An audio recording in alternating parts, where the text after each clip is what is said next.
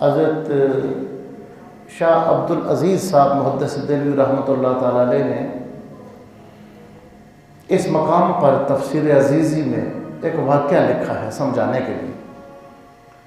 وہ بظاہر تو ممکن ہے کوئی واقعہ ہوا ہو اور ایک لطیفے کی صورت بھی بن جاتی ہے، لیکن شاہ عبدالعزیز صاحب نے یہ تفسیر عزیزی میں فتح العزیز میں یہ بات لکھی کہ ایک بزرگ عالم تھے تو وہ اللہ کی راہ میں دینے کے فضائل بیان کر رہے تھے، اور پھر اس مقام پر کہ جب اللہ کی راہ میں دینے لگو تو شیطان وسوسہ ڈالتا ہے کہ تو خرچ کر دے گا، تیرے پاس کیا رہ جائے گا، تو محتاج ہو جائے گا، تیرے بچے کیا کھائیں گے۔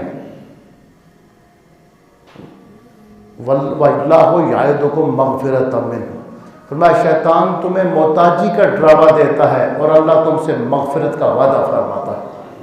یہ یعدکم، یہ اس کو جناس کہتے ہیں۔ یعد ہے، اس کا ایک معنی ہے ڈرانا، ایک معنی ہے وعدہ کرنا۔ شیطان کے لیے ہے وہ ڈرانے کے معنی میں ہے، اور اللہ کے لیے وہ وعدہ کے معنی میں یعدکم۔ تو شاہ عبدالعزیز صاحب کہتے ہیں کہ بزرگ تقریر کر رہے تھے اور انہوں نے کہا مسجد میں کہ اللہ کی راہ میں بندہ دے تو شیطان وسوسے ڈالتا ہے۔ تو ایک بندہ تھا وہ ان چیزوں سے گزر رہا تھا، تو اس نے کہا کہ میں دیکھتا ہوں شیطان کیسے مجھے ڈراتا ہے۔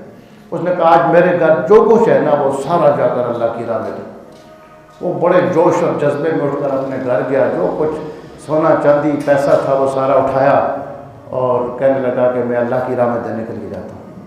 تو بیوی اٹھ کے کھڑی ہو گئی، اس نے شور مچا دیا، اس نے کہا بچوں کو بھوکا مارے گا، سارا اللہ کی راہ میں تو دینے کے لیے جا رہا ہے۔ مجبور ہو کے بیٹھ گیا۔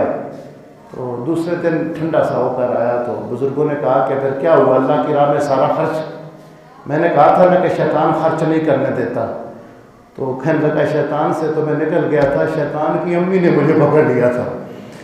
کہتا شیطان کو تو میں مار دے کے نکل آیا تھا، لیکن اس کی امی جو تھی اس نے پھر مجھے ناکام کر کے چھوڑ دیا۔